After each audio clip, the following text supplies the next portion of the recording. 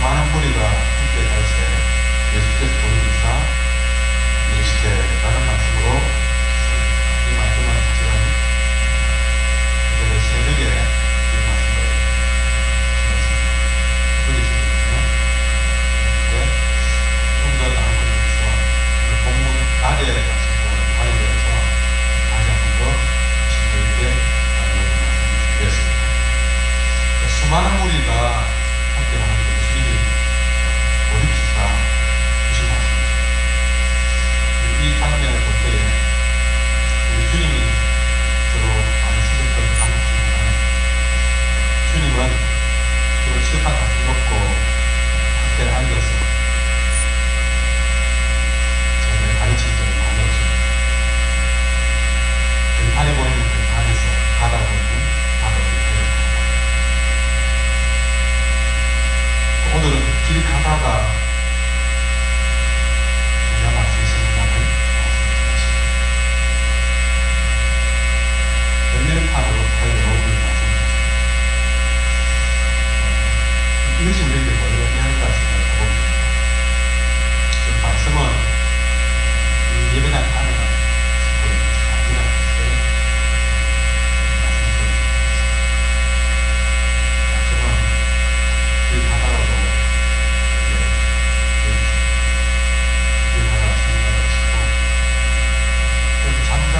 장난 중에 꿈에도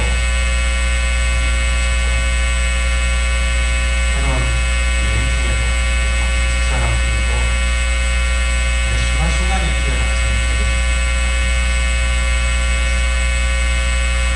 이런 자리에 우리 폼 잡고 목사가 많이 앉아서 이렇게 앉아서 폼 잡아야 성경 예수님의 무릎 그란시한 스스로 주님은 때는 대단해서 보시지만 많은 분들은 바로 인생을 생활하는 긴장을 받는 것이에요. 항상 오늘 말씀 낸 뒤에 들을 귀가 있는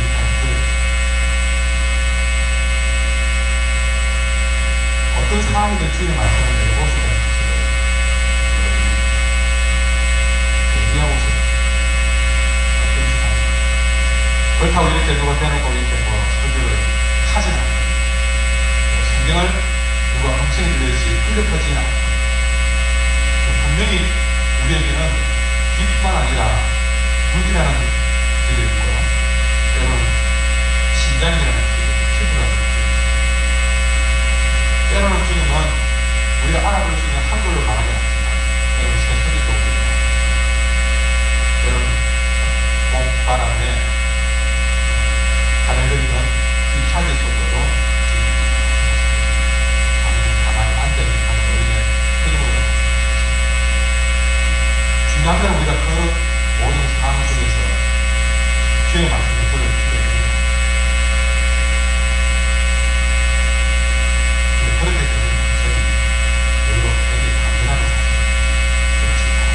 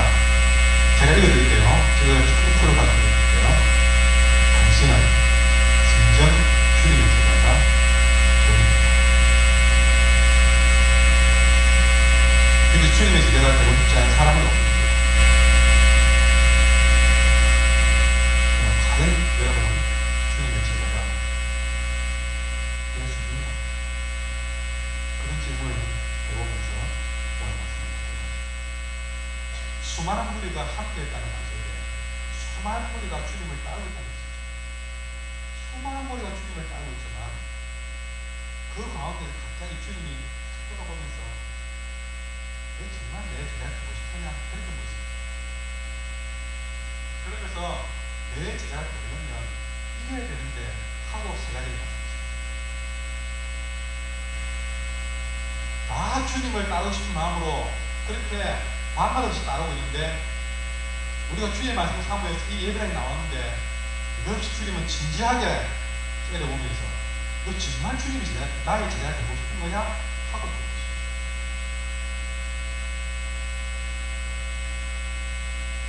세 가지를 말씀하시는데요.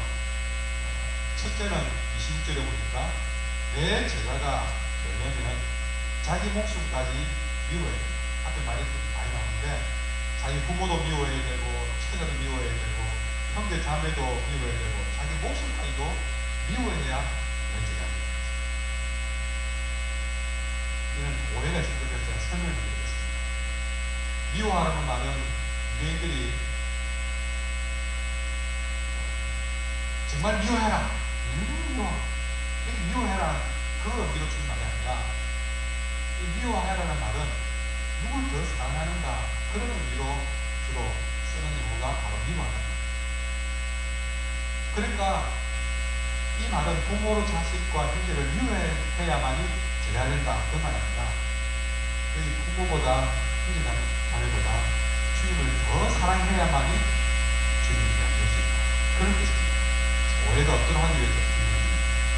자, 첫째는 그런 모든 자를 미워하지 아니하면 두 번째는 27절에 자기 십자가를 지고 따라야만이 내 제자가 된다.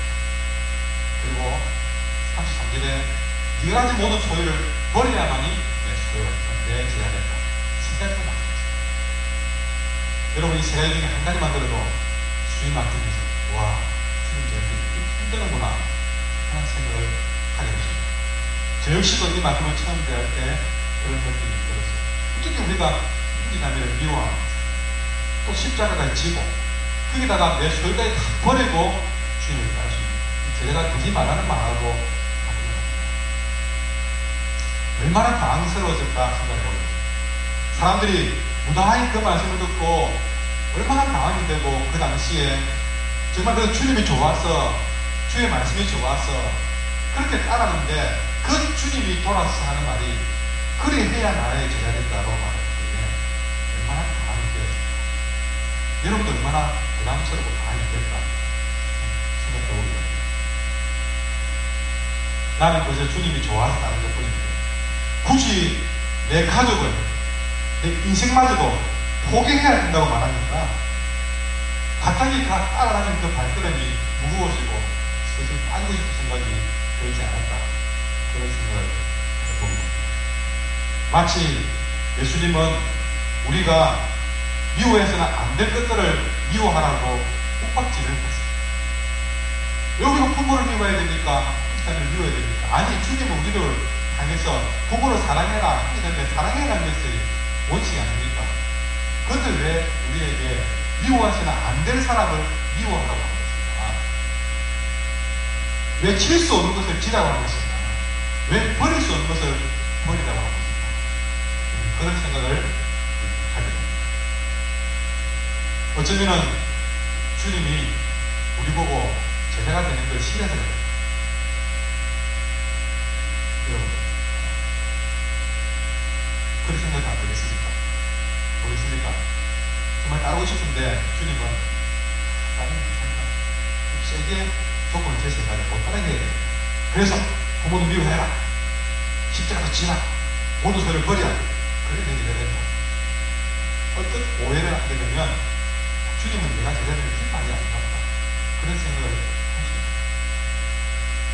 과연 주님은 그런 복잡한 마음으로 만들었습니다. 그래서 이렇게 모시게 만들었습니다. 제가 답을 드리자면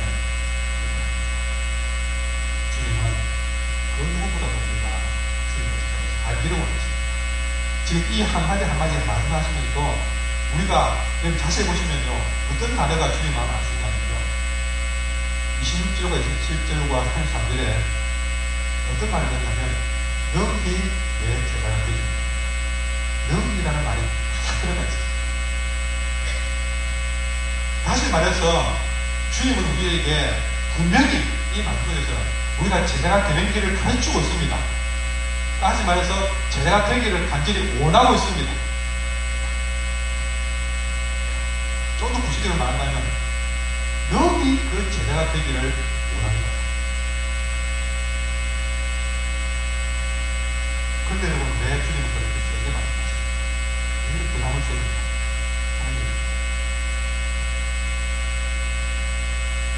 여러분, 그 주님의 마음을 좀 더 깊이 들여다서 주님의 마음을 이야기도 이해하는 오늘 본문 가운데 되기 때문에 그게 바로 28절부터 32절에 나오는 이야기입니다.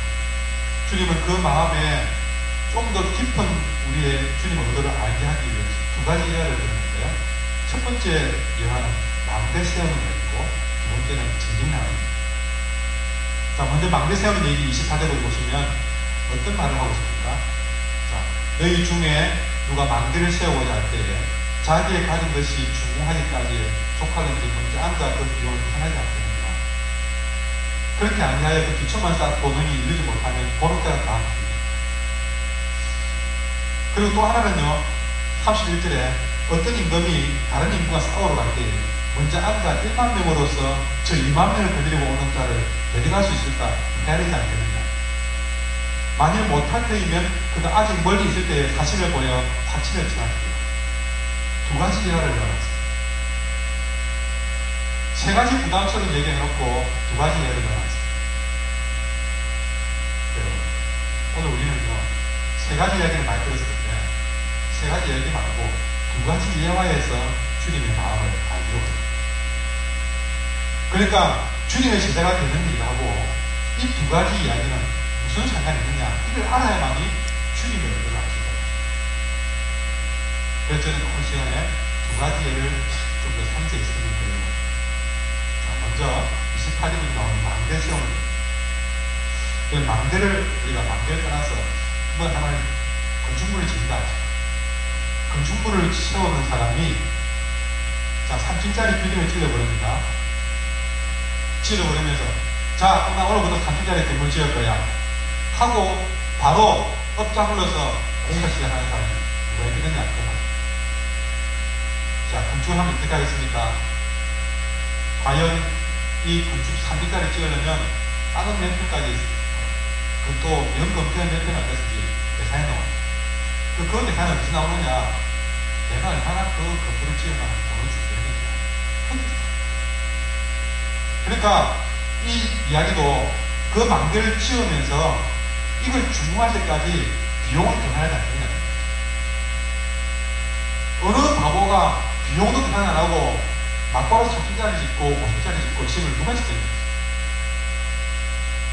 다 모두 계산해가지고 드는 비용, 준비된 비용 계산해가지고 내가 돈이 10억밖에 안 되면 10억짜리 건물밖에 지을 수 없는 거야.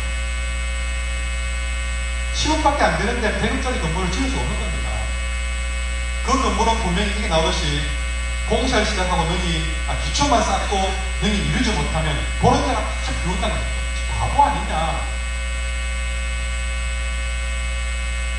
100억짜리 건물을 짓다 해놓고 돈은 10억 가지고 있다. 한 빌딩 짓고 나서 그냥 짓다 말아버렸어. 욕들을 지속하고 있다. 이 이야기가 무슨 제자와 대자되는 거하고 무슨 관계가 있느냐. 두 번째 얘기했습니다. 어떤 임금이 싸우러 가는데 이 임금은 자기 군대가 100만 명밖에 없어요. 그래서 상대방 군인은 1만 명입니다. 이 말씀입니다. 왕이시여 2만 명의 적군이 저들로 왔습니다. 2만 명이나. 자, 그때 어떻게 하겠습니까? 그때 그 소식을 들었을 때 그 임금은 어떻게 합니까? 저 2만 명을 어떻게 대접합니까? 앉아서 참모들과 헤아리지 않습니까? 어떻게 하냐? 우리는 1만 명이고 지금 2만 명이다. 왕이요, 도무지 1만 명 아니면 2만 명을 상대할 수 없습니다. 그러면 아직 싸움도 하기 전에 빨리 사신을 보내서 다치는 거예요. 그러지 않겠느냐? 이 이야기가 제자 되는 것하고 어떤 관계가 있냐. 망대를 세우려면 미리 경비를 계산하고, 전쟁을 하려면 이길 수 있는가, 질싸움인가, 성산을 따져봐야 됩니다. 그런데 여러분, 이걸 두고 주님은 어떤 단어를 쓰느냐? 계산해봐라, 헤아려봐라.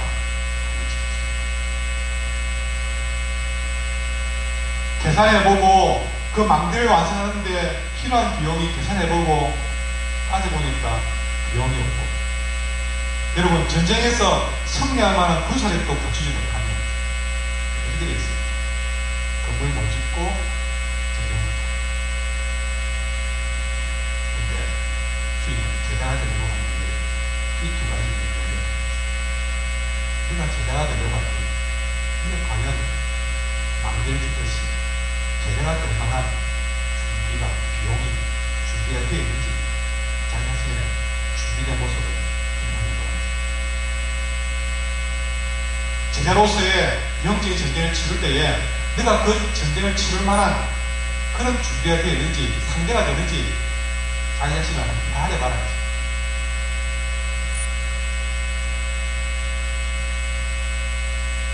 우리 주님이 일을 하면서 이 계산과 계산이, 그러면 돈 계산하는 게 아닙니다. 용 말했지만 내가 주님이 일을 한 만큼 돈을 가졌느냐, 숫자가 되느냐, 그 이야기가 아닙니다. 다시 말해서 우리 한 사람의 제자로서 과연 준비가 되어 있는지. 우리는 그런 준비가 되어 있지 않으면서도 이렇게 자신있게 나는 주님 일을 하겠다고 그렇게 나서는지 돌아옵니다. 사실은 우리가 내 자신의 모습을 돌아보니, 그래서 내가 주님의 군으로서 참 합당한가 이 자신을 계산해보고 가려보니, 하지만 해서 나는 아무런 주님 일을 하면서 그 필요한 비용이 보더라도 승리할 만한 군사를 갖추지 못한 그런 존재라는 사실을 우리가 느낍니다. 그리고 과연 저 자신도 목사가 될 만큼 모든 준비를 갖추고 있는 상태가 생각해보면 너무나 부족하다는 생각을 해봅니다.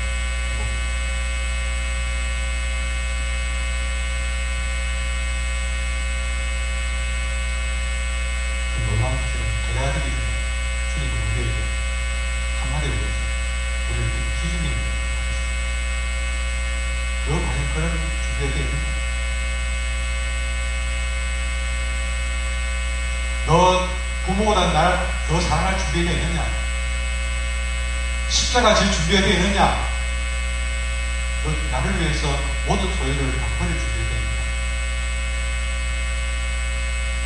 마치 망대를 찌려고 하면서도 아무런 비용을 준비하지 못한 그런 모습처럼 이 자신은 계산해보니까 되게 도무지 비용을 계산합니다. 전쟁에 나갔다고 그러지만 단 10명도 상대하지 못할 그런 군사력까지 손 가지고 싸우려고 나갑니다. 그런 생각을, 그런 나의 현실을 보게 됩니다. 아무런 자격이 없이 이런 직분을 받는 것.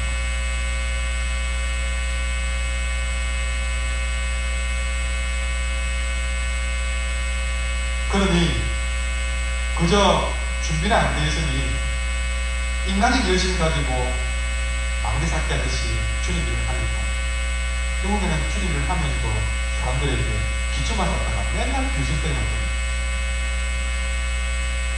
욕만 듣고 있는 겁니다.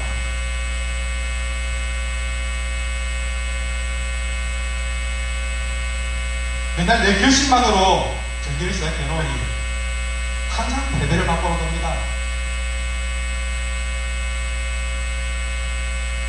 오히려 주님의 나라에 도움이 되기는 해가 될 뿐입니다.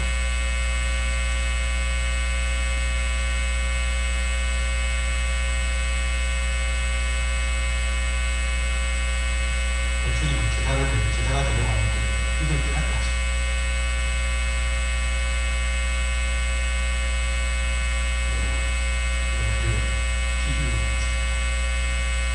정말 주님의 제자가 되려고 하는 사람들에게 더 중요한 것을 부탁하는 게 하나님의 뜻이죠. 나는 정말 부모보다 주님을 더 사랑할 준비가 안 돼 있고, 내 십자가도 지고 나갈 준비가 안 돼 있고, 내 소유는 도무지 버릴 준비가 없고, 내가 주님의 제자가 되려고 했지만 주님을 섬기고자 직분자를 말씀드렸지만 알고 보니까 내 자신을 계산해보고 헤아려보니까 아무런 준비가 안 된 모습을 깨닫게 하는 거죠. 나는 정말 내 힘으로는 아무것도 주님의 제자로서 자격이 없습니다 라는 것을 깨닫게 하는 순간 우리가 무엇이 탁하죠. 내가 아무것도 아니라는 것을 깨닫는 순간에 그때도 무엇이 보이지 않아요. 주님의 은혜입니다. 그걸 깨닫지 못하고 계산하지 못하고 헤아리지 못할 때는요, 끊임없이 나는 잘할 줄 알고, 나는 부모보다 주님 더 사랑할 줄 알고, 나는 십자가 지고 가는 것처럼 생각을 하고, 모든 소유 다 주님의 쓴 것을 생각하면서 그저 자기 열심으로, 인간의 열심으로, 자기 결심으로 그렇게 주님이 이제 나성이 유술거리만 남고 욕만 듣고 늘만 주님 말씀 듣고 한번 계산해보니까 따져보니까 나는 아무것도 안 돼. 정말 기가 죽고 나는 정말 자격이 없거든. 정말 아무 자격이 없거든. 내가 이 주님의 제자가 되겠어. 이제 알겠다. 진정한 주님의 제자가 되겠다. 꼭 자기 부모보다 주님을 더 사랑해야만 되는 게 아니라, 그리고 십자가 지야만 되는 게 아니라 모든 소리를 버려야 하는 거예요. 이렇게 한다면 아무도 주님의 제자를 갖다는 거죠. 그보다 더 중요한 목표는 뭐예요? 나는 그렇게 할 수 없는 것을 주님의 은혜가 나는 내 마음을 하지 말아야 이런 얘기죠.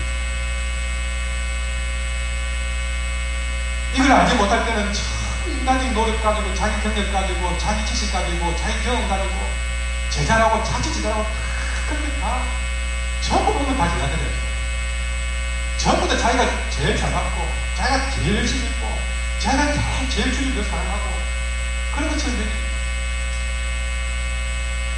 그러나 자기들끼리 서로 도토리 키리게 합니다. 네가 잘하니, 내가 잘하니, 왜 네가 잘하니 나는 못하니, 늘 그런 것만 재고 있어요. 그러니 늘 주님이 한다는 예수만 믿고 신뢰해요. 그런 사람들은 늘 있는 제자들이에요. 자기는 제자일 줄 몰라도 주님 볼 때는 내 제자가 아니라, 진짜 주님은 어떤 제자를 사실은 내 가정을 때문에 세상을 보고 요새는 아니 집사람 말 듣기도 누가 내고 집사라 그러면 갑자기 내가 어떻게 집사야, 내가 그 목사야, 내가 집사야, 내가 검사네 잘못해, 그게 아니야. 그게 얼마나 부끄러운 일인지. 누가 나를 그렇게 부르는지 혹시 내가 그렇게 내가 계산해보고 기다려볼 때는 도저히 그럴 준비가 안 돼.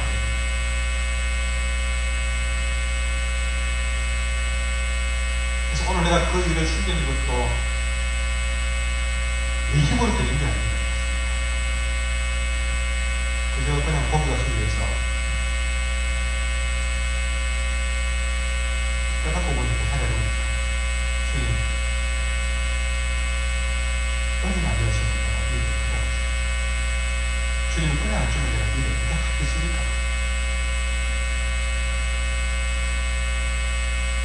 그 순간 주님은 드디어 내가 이렇게 생각을 했습니다.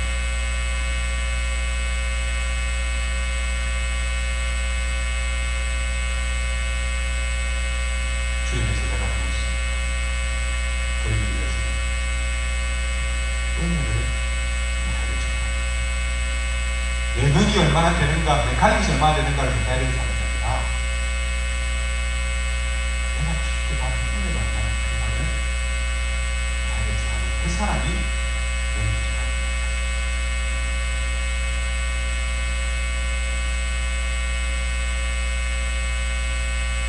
주님의 제자가 되는 길에 위해서 은혜를 주셔야 돼요. 내 힘으로 한 사람들은, 그러면 은혜 없이 한 사람들은 자기 공동만 하죠. 인간이 열심을 낸 사람들도 자기 공동만 하죠. 자기 결심으로 하는 일도 자기 공동만 하죠. 은혜 있는 사람만이 주님입니다. 그 사람이 주님입니다.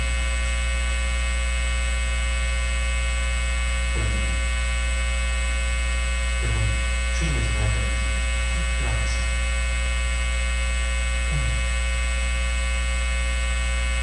여러분, 내 능력이 다르거나 내 능력이 끊이지 않습니다. 주님의 능력이 있어요. 은혜를 주시고 은혜를 주시고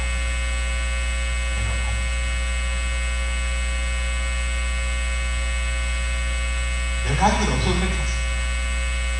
아니, 주님은 그물가 쓰지 않습니다. 오히려 주님의 은혜를 가진 사람이 주님이십니다. 오늘 낮에 마태복음 말씀을 드립니다. 마태복음 본문의 18절부터는 제자를 부르십니다. 갈릴리 다니면서 베드로와 안드레를 부르십니다. 그들에게 그들을 불러서 제자로 삼았습니다. 여러분, 그때 부름받은 제자들 보면 업으로 일하다가 부름받았고, 마태는 세리에서 새벽 세간이 일하다가 부름받았고, 다윗도 양치기 하다가 부름받았고, 엘리사도 농부로 바꿔줬다고. 어부나 세리, 양치기, 농부 어느 누구도 영적으로 봐서는 제자로서 걸맞지 않은 직업이었어요. 그런데 주님은 그런 상태에 있는 자들을 불렀어요. 아니, 그런 상태에서 그들을 불렀어요.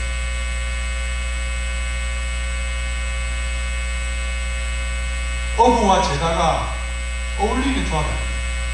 근데 여러분, 그들은 고기를 낚는 어부였는데 주님 깃발차게 놀랍게 그 고기를 낚는 어부에게 하는 말이, 너는 사랑하는 어부야.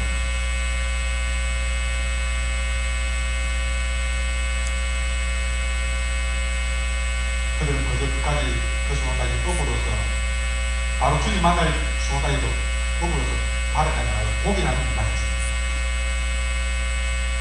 사실은 그 말은 제자로서 어떤 준비도 하지 않았다는 말입니다. 그들은 제자 학교를 나왔습니까? 그건 제자가 되기 위해서 비용을 들었습니다. 그들이 주님의 제자가 되는 길은 100% 주님의 은혜가 있습니다.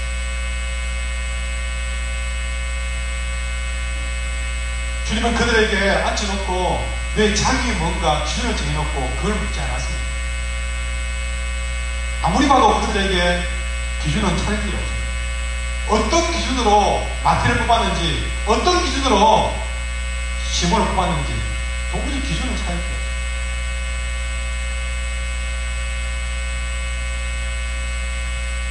다시 말해서 그들이 어떤 기준을 가졌느냐, 스펙을 가졌느냐, 거기에 따라서 제자가 되는 게 아니라, 여러분, 바로 그들을 택한 데에는요, 바로 주님이 가진 기준이 있어요. 사람의 기준이 아니라 주님의 기준에서 택한 것입니다.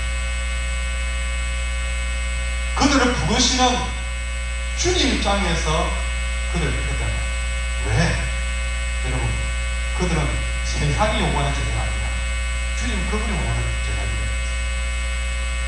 그러니까 그 일을 맡길 때에 그 일을 맡기는 그 주님의 마음에, 기준에 걸맞는 사람이면 다 되는 거예요. 그거 어부든 관계없이. 근데 그 기준이 뭐냐?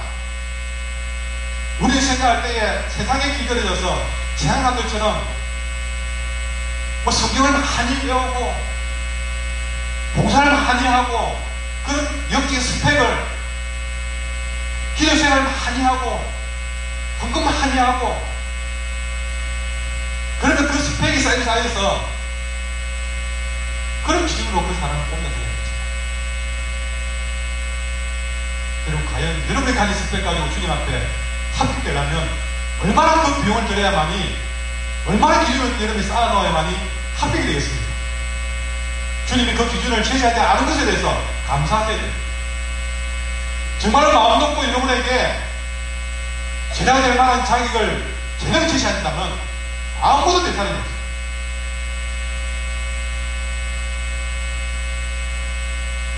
다시 말해요. 주님의 원하는 기준입니다.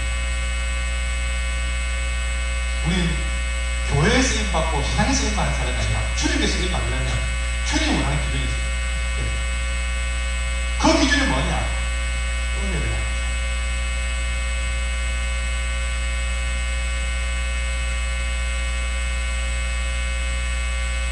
은혜를 모르니까 주님을 하면서 맨날 불평이 있어요. 원망하고 시기하고 미워하고 서로 비교하고. 은혜가 없으니까 은혜가 없으니까. 은혜의 기준으로 주님의 일을 감당하지 않으니까 그런 일만 하고 있습니다.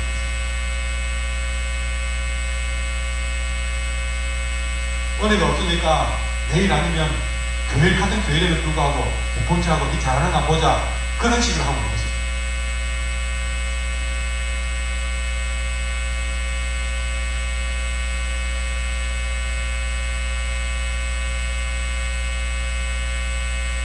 여러분, 주님의 제자가 되는 게 내가 하고 싶다고 해서 제자가 되는 게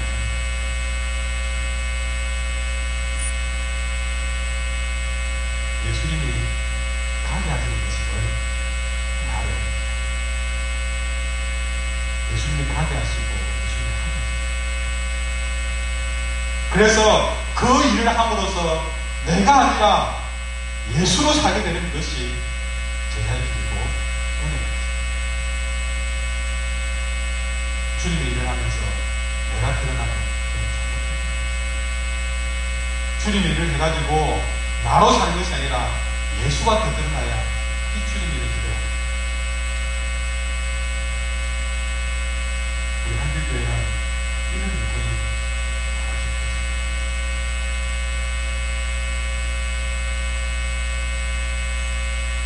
오늘 주님이 어부를 제대로 부르시는 장면에서 마치 조각가가 거대한 암석을 보는 것을 상상합니다. 여기 길을 가다 보면 이렇게 앉을 때 큰 암석이 있잖아요. 큰 암석이 있습니다. 그 거대한 바위를 볼 때에 건축 업자는 저 떼서 자재를 만들어요. 그렇게 합니다. 근데 우리가 볼 때는 저거 왜 쓰겠노 싶어 보기 흉하다 그런 거. 정말 거대한 반석을 보면 그렇게 볼품이 없습니다. 그 돌덩이에 불과합니다. 그러나 조각가가 보면 그 돌덩이, 우리가 보면 돌덩이 속에서 작품을 어느 작품도 미리 작품된 게 없습니다. 다 같이 합의같이 볼품 없는 돌덩이였습니다. 근데 조각가의 눈에는 돌덩이가 아니라 작품을 보였습니다. 예수님에게서 베드로, 어부 베드로가 그때 누가 봐도 그 베드로는 아무것도 없는 볼품 없는 돌덩이에 불과했지만, 어부에 불과했지만 예수님은 바로 그 어부를 보지 않고 제자를 보셨어요. 그냥 보기에는 비릿한 냄새나는 시골빼기 어부에 불과했지만 주님 보실 때에는 저 사람이 몇 년 후에는 세상을 변화시킬 하나님의 사람으로 보여졌습니다. 평범한 조각가도 그런 이미지로 사물을 바라본다면 주의 백성과 교회를 통해서 주의 나라를 이루기 원하시는 주님의 눈에 오직 더 잘 보이나 있습니다. 생각해보면 여러분, 마르막대보다 못한, 볼품 없는 돌덩이보다 못한 저에게도, 여러분, 제가 고등학교 다닐 때에 마음속에서, 저도 안민가정에 나왔지만 마음속에서 자꾸 제 마음속에 주의 종으로 부르는 그 말씀이 와닿는 거예요. 그냥 저는 그때는 꿈도 못 꿀 일이었습니다. 안 믿는 자식이기 때문에. 그리고 용기도 없었습니다. 한 번도 없었습니다. 저는 신학교 가수도 얘기했지만 지금도 그래요. 신학교 가수도 저도 그렇고 앞서 사역하는 그런 전도사님이나 같이 공부하는 모든 분들이 제게는 이렇게 보죠. 내가 어떻게 신앙을 하는가? 제가 봤을 때는 말은 만들기였고 없는 모습입니다. 부름받을 만한 어떤 공부도 없었고 준비도 안 돼 있고 자격도 조건도 없는 그런 존재였습니다. 그런데 저는 그렇게 봤지만 그렇게 봤지만 부족하지만 지금까지 주님이 나를 정도로 믿어주셨습니다.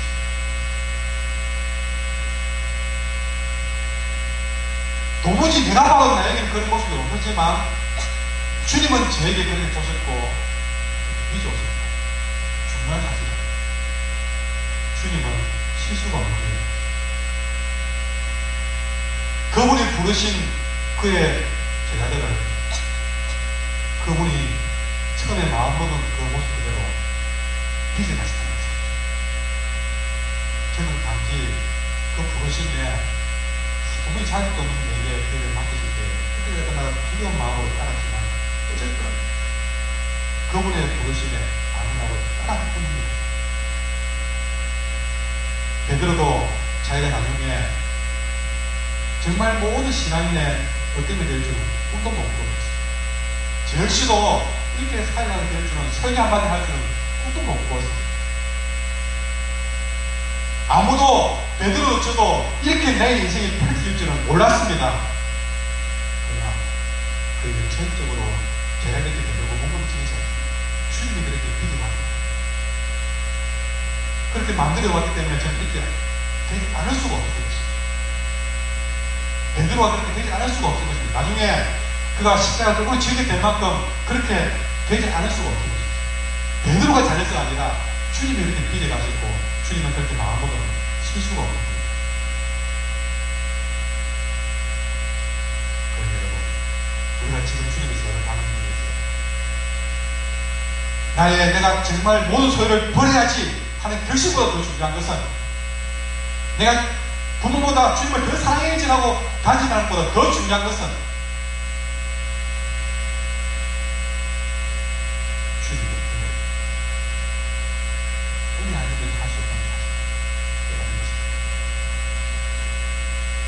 주님 내게 계산해보라고 하라고 한 것은 그 계산해보고 따져보니까 주님 나는 할 수 없습니다는 답이 나오지 않았어요.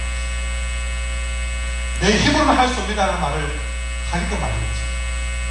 그 결론이 나왔을 때에 나로서는 도무지 할 수 없지만 내 지혜와 능력으로는 이 길을 갈 수 없지만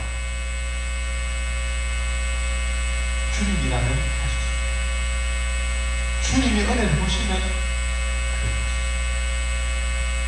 그 은혜 깨달으라고 내게 한번 계산해보라고 알아내보라고 하셨습니다. 주님께 뭐죠? 내가 얼마나 잘하는가 이렇게 하는 것이 아니라 나로서는 도무지 할 수 없다는 것을 그걸 깨닫고 나면 나로서는 할 수 없고 나로서는 제자들이 할 수 없습니다. 그래서 주님의 은혜로 살아가면 예수로 살아가면 나 같은 사람도 제자의 길에 안 좋을 수 있는 사실을 비로소 나는 할 수 없지만 실수하지 않고 나 같은 사람 은혜가 없는 것입니다. 나는 할 수 있고 이 시간에 너무 좋아지겠습니다.